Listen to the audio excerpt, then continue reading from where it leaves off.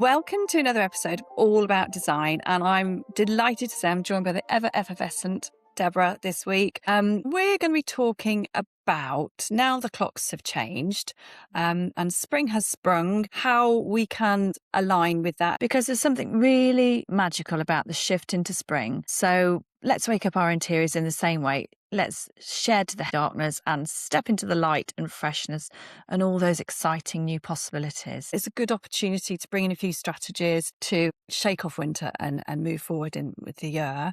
We're going to be talking about the magic of a Bootility Room. Now, that's a bit of a new phrase, but I think you can probably work it out. Yeah, we've been hearing it everywhere. Yeah. Just this last sort of 6 months, would you say, we've suddenly got this utility hanging around, but it is something that you can have in your house. Yeah. Like you've got one, haven't you? Well, yeah, I actually cut my garage in half and made my own version of a boot room, which is somewhere I put all the coats, bags, shoes, all the real life mess that comes with a busy family life. And that's why I love this bootility idea. And it's a brilliant way of combining a boot room and a utility into one space, because most of us simply don't have that amount of room, do we? And when you get it right, it's a game changer. One space doing two jobs, making life so much easier and everyday life so much calmer, because you know exactly where everything is. I did one recently where it was a boot room corridor. So we turned the corridor, which had enough depth, about 75 centimetres, long run of about 3 or 4 metres. We made that into a all singing, all dancing area for the children to come in from school, and these internals of the boot room cupboards were specifically designed because the age range at the moment, they're quite young, so all about teaching the children at this age to look after themselves as well. Coming through the back door, hang up your coats, put your shoes away, and we designed all the internal layout for each of them was identical. And so they've got a little low tray they pull out for their shoes. Sounds amazing. A low hanging rail so they can hang up the coats. They got racks that were specifically made to suit the size of their school bags and sports bags. And then going up a little bit further, which is where mum and dad will store all the other bits and pieces that go with it. And then the utility was just next door. So it became an area that all the stuff that you don't want all over the front of your house, really, is contained. And of course, once the children are grown up and maybe go to uni or so on, that space will still be utilised. It's such a useful commodity. I don't think I've ever heard anyone say, oh, this has got too much storage. It's always the other way around. So this is definitely money well spent. It does feel like, I don't know if it's modern life, but we seem to have more stuff. I don't remember growing up with lots of stuff in the hallway. I don't know about you, but I feel like we've got more bags, more everything. So maybe that's why this thing has become such an important part to make your home flow and work for you. And it is, like you said, you have a wish list of how it could work and how it would be practical, because that just makes you feel so calm, doesn't it, when you can just get everything out of the way. So I think, if you can do a bootility, boot room, cloaktility, it's one of the things that can actually really help just the running the everyday life. Yeah. But also the calmness of the house, which is another thing we've been talking about, how to make it flow and work for you, especially when you've got a family or lots of people in the same place. So, and also it makes you quite focused. So you think, okay, I've only got 3 hanging spaces in that cupboard, and then you perhaps do the seasonal swap out of shoes and coats and so on. But I think the nice thing about in this Bootility area, on this particular one, we did some tongue and groove panels on the wall, and that just feels a really natural place to put some hooks on. It looks very smart. So the coats you throw on a daily basis can be out on the wall, and then just a little upholstered shoe bench. Because you imagine how many shoes we all have. I mean, again, shoe queen here. But if you've got 5 pairs each, let's be on the conservative side, I think we put 12 into this particular little shoe bench, extra little cubby holes for the shoes to go in, a little upholstered top on it, because it's nothing worse when you've got to put your shoes on quickly and you're saying to your children, get your shoes on, do your laces up, and they've got nowhere to sit. It's always important to have a little bench in your boot room area. Idyllic, doesn't it? It is. It made me so excited for them. I'm like, have you used it yet? Have you used it yet? And when they suddenly put everything into these cupboards, I think it's life-changing. I know, and it's that thing of where is it? Well, Yes. and that is the biggest problem, I think, with modern family. Where is it? Oh. It's like it's got a home, it goes somewhere. I'm about to embark on my utility, which is actually a downstairs toilet as well. So, or cloaktility. Cloaktility, Yeah. there we are. And one of the biggest things is storage. Mm. And how can you eke out as much storage as possible? But it is, again, make that wish list of what do you need hanging? Do you need all these things? And you can kind of get a bit worked up, but making a list, I think that's how you do it. Is that how you kind of approach that one? Yeah, that's what we did. We said what needs to be put away. We have between the 3 children, there were 6 bags that needed to have a house. 6 bags. We never had 6 bags. No, exactly. And then, the blazers, the outdoor coats, and then several pairs of sports shoes and school shoes. All of a sudden, if that's not in a cupboard, that's a lot of stuff, isn't it? So that was a starting point. And then it was like, what else? And obviously cupboards go up quite high, and this was a period property. So the ceilings were about 2.6, 2.7 meters. So the things that go right at the top are the things that, obviously you swap out certain times you have cricket and tennis for rugby and hockey. What's the word? Kit. There you go. So now we've just changed to cricket and tennis kits, haven't we? So then the other ones can go at the top. So that worked really well. But like you say, designing it, I literally got out the square graph paper to draw the elevation. I knew obviously the width of each of the carcass pieces. We're building it that much of a custom design. So we had a very finite amount of space. I think it was 3.4 meters, actually thinking about it, to get 3 perfectly sized wardrobes, all identical, so no one can argue. And like you say, everyone will know that's mine, that's where my stuff is. And then you don't have the parents pulling their hair out when you're trying to get off the drive going, where's your business? Where's your bag? Where's your... Exactly. There is a calm, like go to that one spot and everything's there. Yeah. But it's almost like a fingerprint, isn't it? Because it's going to be different for every household. So that's where the bespoke element, if you can do that, works really well. And this little sliding pull-out tray, almost like a square washing up bowl, but much bigger. So it's got a decent depth on runners, pull out, and then all the shoes in there as well. Very exciting. Life-changing. Well, sadly, as I think it's our age, maybe, but I suppose most would probably agree that if you're trying to create a bit of calm and routine and understanding where everything is, then it is a way forward, definitely. Yeah, I think storage is so key. It really is. It can't be ignored, it can't be overlooked. It is probably the first thing you should think about in each design, is how it's going to function in the way of what it needs to do. But I'll keep you updated on mine. So that's just starting. Yeah. So again, I've got to get the wish list. But you're, sorry to jump in, but aren't you thinking about, because you've got an access through, as you say, to the downstairs loo, but you're thinking of putting in pocket doors? Yes, with crystal effect. So because the room isn't massive, like most people, we have to be clever with space. So to be able to put a full size sink in that can double as a utility sink, the door needs to be in a pocket door. But so it's doable because it's all been remodeled. It's not original walls or anything like that. So pocket doors, building up to the ceiling, as much storage as possible, hiding away machinery so that it doesn't feel like you're actually in a utility going to the cloakroom. So I'll see how I go with that. I'm just in the early stages, but it's exciting. Excited at the idea of everything having a place. And also the culling side of things, because you really have to consider, why am I hanging on to this? What is it about? And that's something we could do when you're designing, is like limit what goes back in. Yeah, definitely. Well, if you have the space, you will fill it, won't you? And then you'll fill it with things that you don't need half the time. So when we talked about the space you're planning, because at the moment you've got quite a tiny little sink in your downstairs loo. It's horrible. But by not having to have the door swing into it, by having that pocket door, that's so clever, because now you can have a beautiful little vanity. Or Sue, wow. When we were glamping, where's this going? Last summer, they had It was almost like an old style utility sink, you know, the deeper sinks that you can get. Mm. And because my house is of an age, you could probably get away with it, but you can get ones that look quite pretty and they're metal, and they actually have a deeper bowl. So it's when we lived in Sydney, everyone always had them in their utility, but Mm. you can get pretty ones. Mm.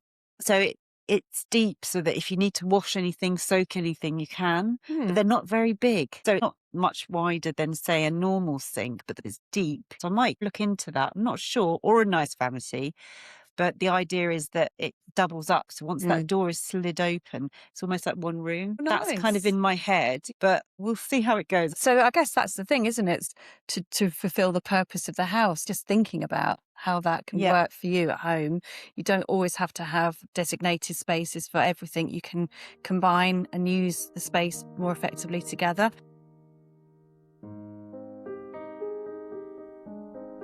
So we were talking about the spring refresh. Yeah. Are you doing anything yourself here? Oh, I need to. I absolutely believe in that you feel different about your interior when spring comes. Mm. Obviously, it highlights all the dust and the cobwebs and everything. So the cleaning up is the big thing.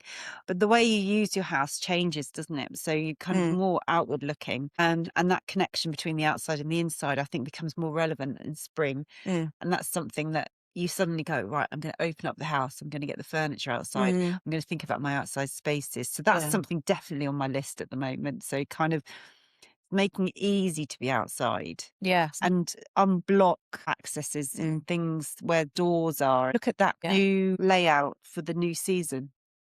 I think it makes you feel so different, doesn't it, when the clocks change and you've suddenly got outside light until about 7:30, 8 o'clock. Obviously, it gets better as time goes on. And like you say, you get caught out, don't you? Because you get a really nice sunny day and you haven't quite unpacked the garden furniture, Yes. or you're suddenly thinking all those projects that you should have maybe done a little bit over the winter, and then you're like, damn it, I've been caught out here. But yeah, I'm exactly the same. I've planted up a few bits and pieces about 2 or 3 weeks ago, and it's still quite cold here, isn't it? There is a chill. There is a chill. Yeah. Do you know what I heard the other day? It's relevant to the outside furniture. And I thought, this is really interesting. I want to hear what you think. Because you know how we all put covers on everything and Mm. cushions underneath? Once a manufacturer was saying that actually that can be the worst thing to do because sometimes that attracts rodents because it's warm Ooh. with the cover on top, Ooh. and they're more likely to go under and chew up the cushions. Oh gosh, okay. So I'm not saying leave it all the time, but you know, it might be something that because they're all meant to be outside, they Mm. said actually leave it uncovered. Oh, really? Yeah, I don't know. What do you think? I wouldn't leave my cushions outside all winter. No, no, but in the Yeah. summer season, Oh, in the summer. I'm yeah. sorry, I misunderstood. Mm. Yeah. Oh, I don't Just know. never thought of that. It is always a thing, isn't it? Where you put all your cushions, and Mm. I have left them out and they've got drenched before, so I always try and bring them in. Yeah, you Yes. end up with like a what's that? What's Uh, that game where you pull the bits out? Jenga, not Jenga. Jenga, Really? like a Jenga of cushions at home. Oh, yes. Like a fort in the kitchen that you got to get through to get back to the Yeah. bed. Yes, I've had that before. Yeah. So, it's an interesting one. But yes, I need to, a few jobs in the garden, but I think it's all about creating that nice little zone just outside the door into the garden or on your balcony or a terrace or a courtyard. Get yourself a lovely little space to go and have a cup of tea.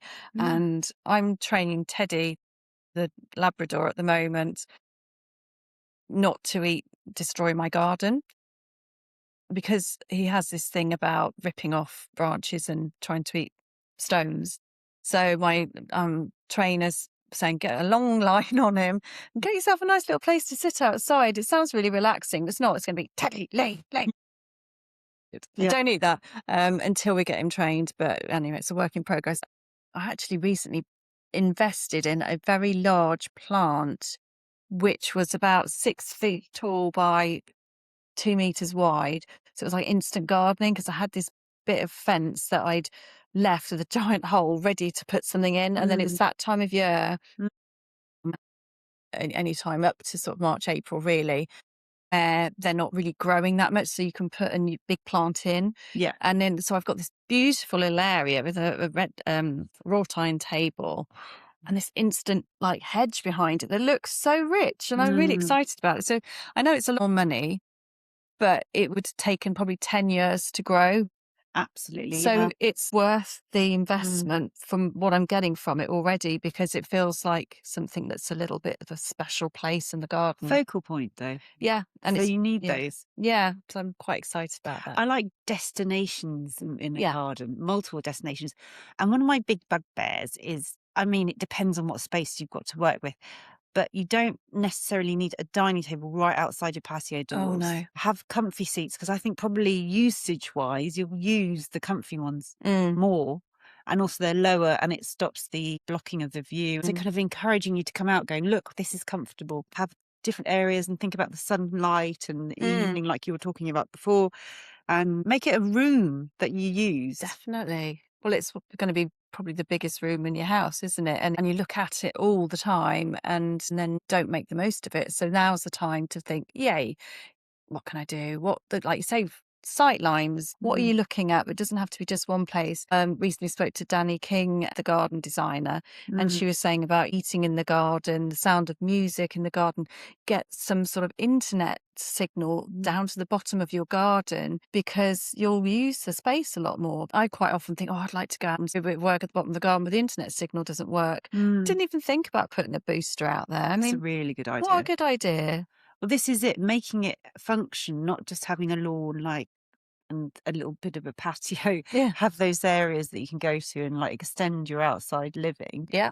especially lighting as well. That's massive, isn't it? Yeah. Yeah. And that doesn't have to be a big investment. That can be solar powered, Mm. and things like that. So just, yeah, embrace that extra space, which is your garden or balcony or whatever area you've got Mm. to work with. Yeah, now's the time to do it. I was actually in Home Sense over the weekend, and at the moment, it's absolutely chock full of beautiful garden furniture sets Ooh. and also very large, oversized planters. And I saw something that you'd asked me to look out for, Yes. and they have got them in there, the sort of old, rusticy The looking kind of ones. Atlantis pots. I'm not advertising for Home Sense. Unfortunately, we're not getting paid for anything, are we? But it was amazing. But it's, if you don't get it now, it'll be gone. They'll have like I'm Christmas go stuff in. I'm off. Wheels spin out the drive. Yeah. So I make the most of that. But also in the house, it's Mm. that declutter, just that lifting of all the winter velvets and the heavy, heavy drapes and all those things that we love to cocoon ourselves Yeah. with. Put those away and then fresh and breathe. Well, that's it. I mean, there's small ways that you can change your interior without having to change too much, like cushions and throws, things like that, where you, you just change what kind of fabrics they are. Like you Mm. said, you could maybe velvets go out, but linen comes in. And it's like your wardrobe. You change your wardrobe for the Yeah. seasons, don't you?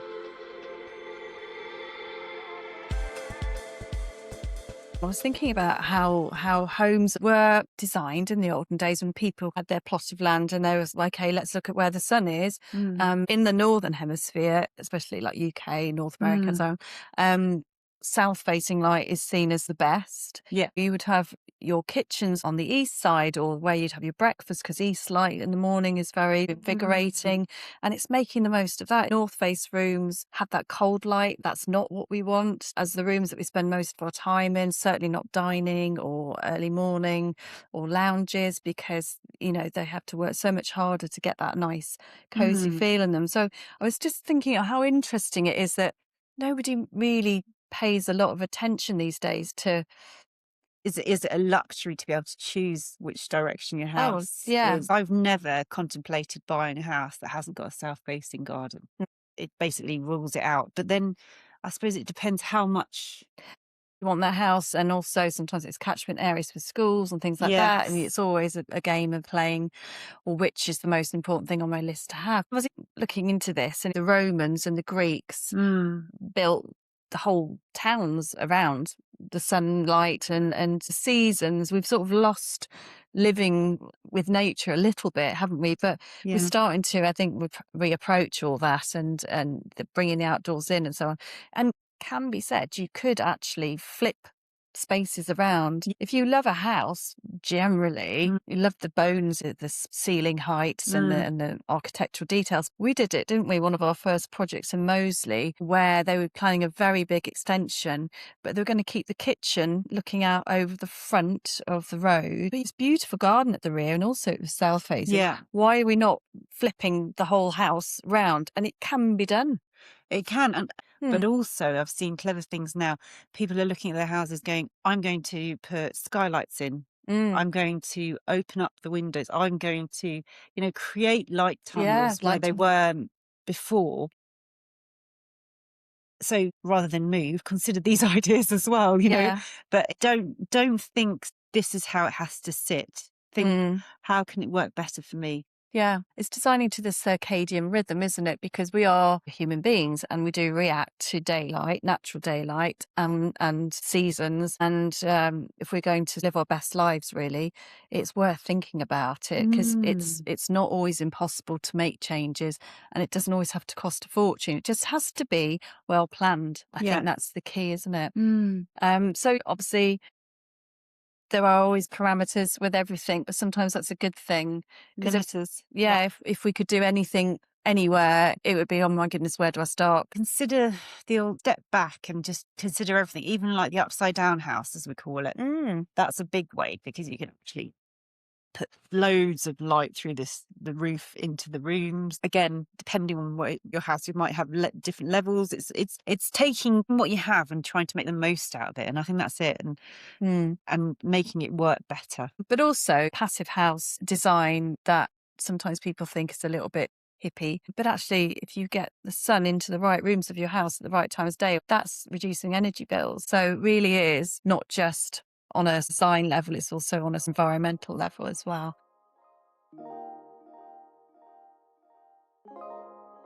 So what have you been up to then, Debs?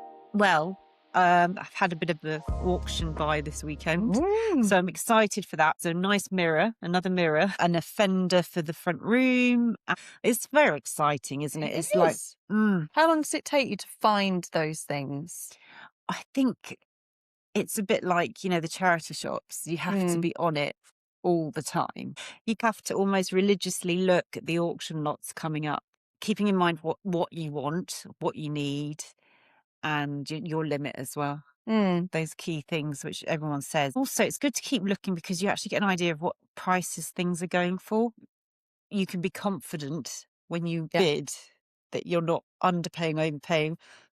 So a fender, your house is Victorian, and I've seen a picture of it. It's brass, yeah, and sort of 25 centimetres high. It's a bit deco-y. Yeah, and you paid £10. 10 Great British pounds for it. For like 140 wide piece of brass. I mean, and it returns, doesn't it? Yeah. So, and obviously this is exactly the size that fits. And I know you'll have measured everything, but so you got the mirror. How big's that? Well, the mirror's a bit of a beast. So it's 140 high. Wow. Okay. By a metre.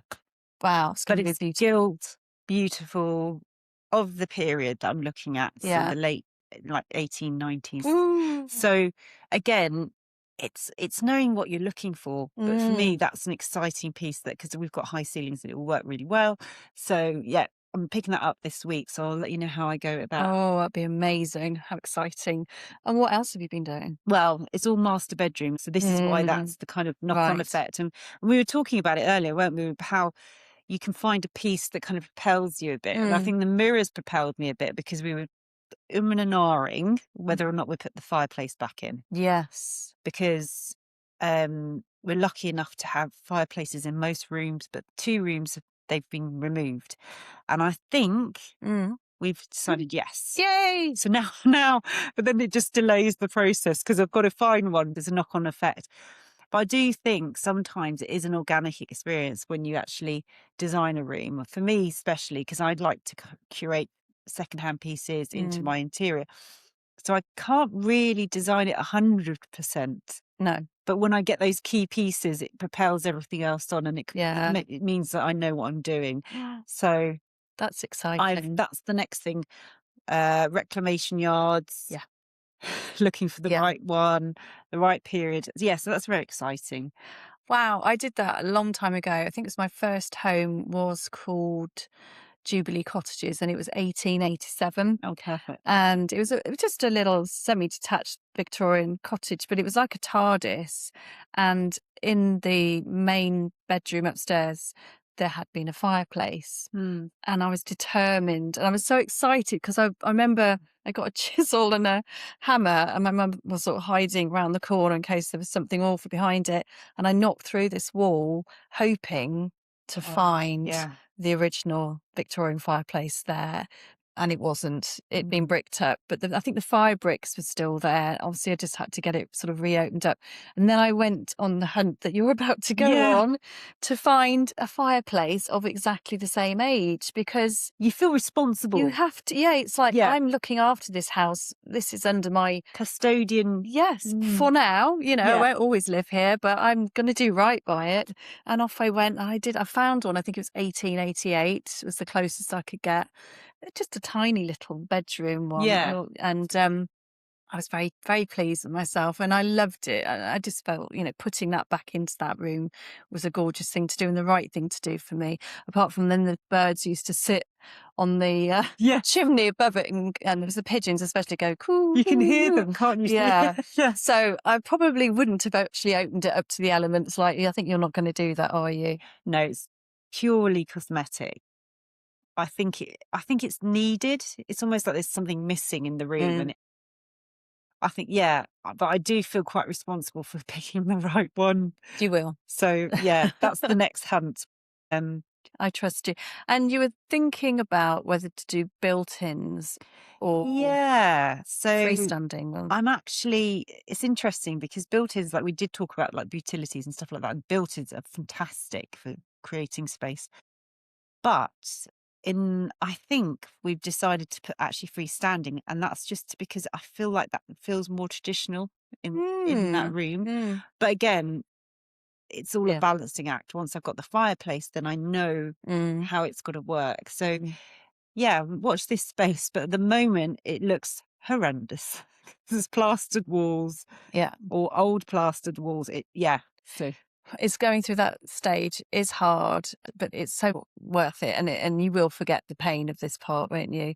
We saw a couple of things, didn't we? Because I've been keeping an eye out as well for freestanding wardrobes that are like little pavilion, almost like little beach huts. Oh yeah, with upholstered tops and octagonal shapes, or just interesting, a really different take. Where did you see those?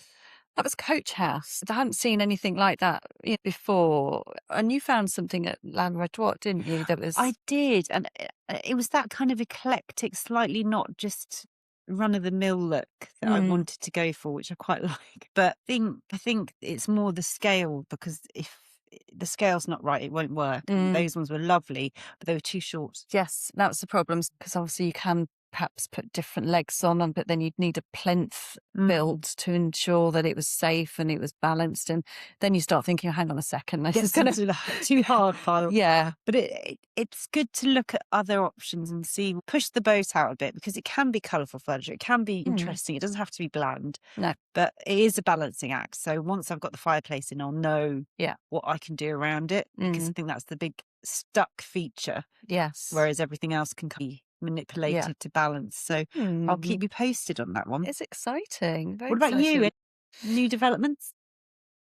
I've been, yes. Well, suddenly out of the blue, one of my clients asked me if I could stage her house for sale, which is something we've done before.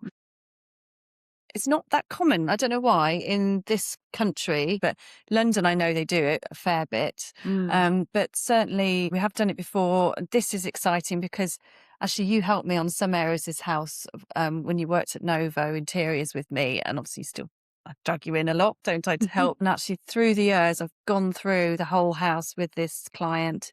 And it was the two remaining areas that I was just about to start, the dining room area, that had become, it was like a dead-end cul-de-sac, because that door wasn't used and the light wasn't flowing through, and then ended up just being a room that was never seen and forgotten. And I was about to start work on how to make this room sing, and another area in the home. And anyway, she said, I've actually bought another house. Our offer's been accepted. Our house is going on the market now.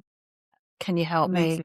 So yeah, the estate agents viewings are this coming Saturday. So I have a boot full of items that I've been buying. And I think that's the strategy with staging, is that you've just got to walk into it, detach yourself. I know this house and this client very well, but I've got to walk in with eyes that see what a potential purchaser will see. So you've got to obviously remove the clutter, number one. Depersonalize, because it's not about you. It's about giving them the vision of what they might want to live in this space. So this is a declutter, but also it needed a bit of lighting. It needed a feature piece on the table. It needed a large scale vase and floral arrangement in there. Just a few things to pull your eye around the room and go, oh, this is a really nice space.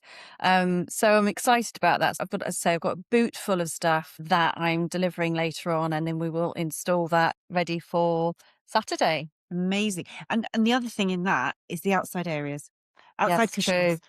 Make it inviting, don't Yes, forget yes. that area as well, because they'll be like, oh, you're Yes. selling more. Exactly. Well, it's also the front of the house, building a bit of curb appeal.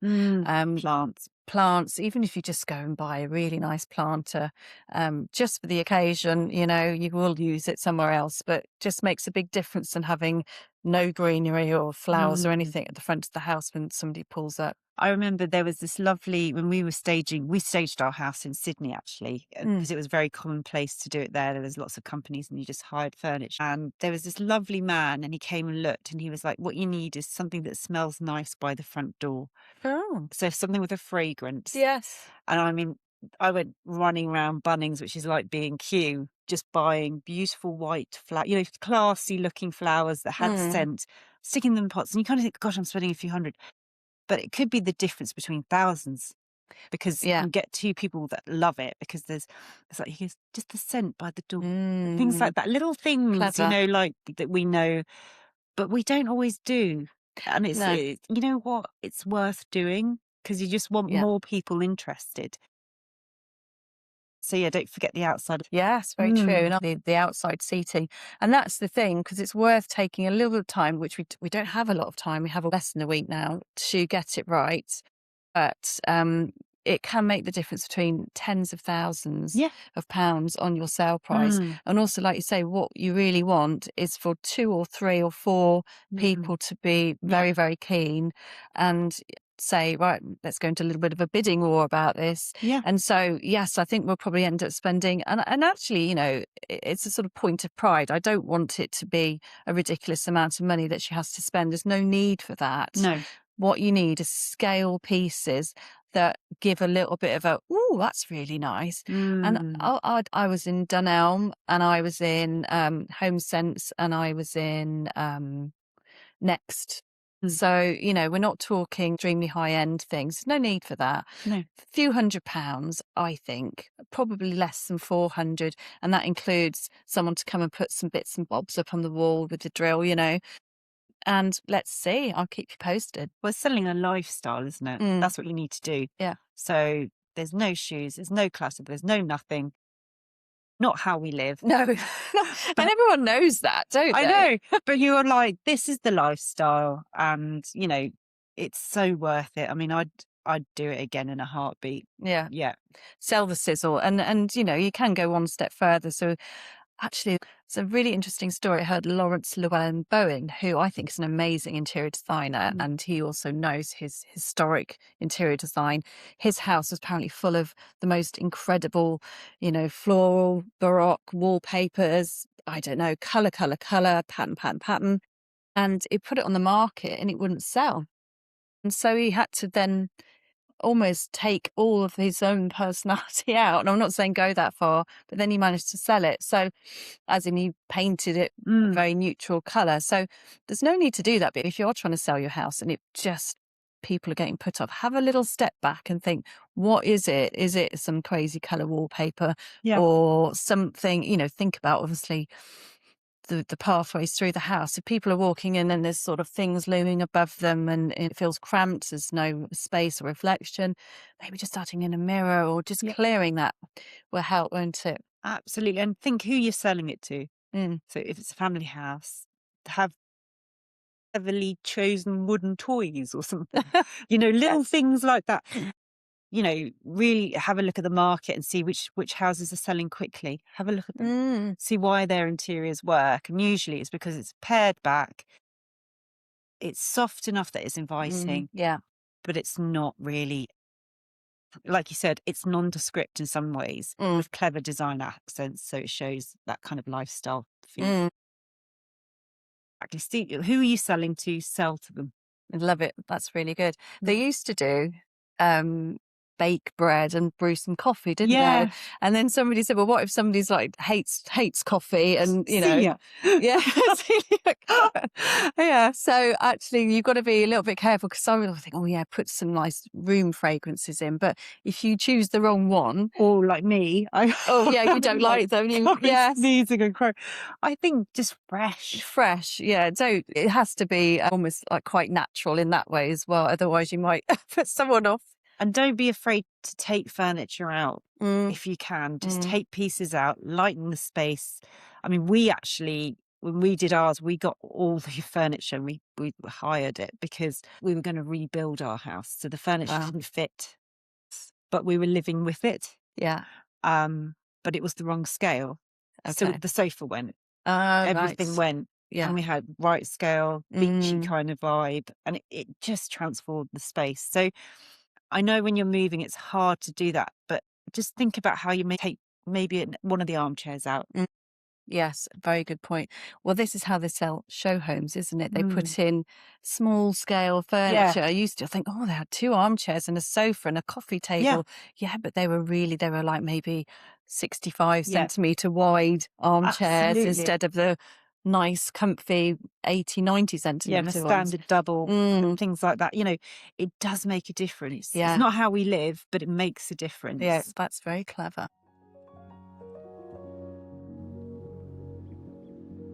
So we hope that's been helpful and interesting to you. And we're back in a couple of weeks when I am talking to Karen Harler about the applied colour psychology, which is a fascinating episode. It really is interesting and it goes much deeper, but it's why we have the feeling, you walk into the room and something feels off. She puts it really well in her book. When she says it's like listening to a piece of music and then there's a dud note and you're like, oh, it's the same with colour. So join us 2 weeks' time for that one as well. But thanks so much for joining me today. No, thank you. And let's keep going with our projects and hopefully I'll have some updates on the fireplace next time. I'm sure you will. So we will see you in a couple of weeks. Thanks for joining us.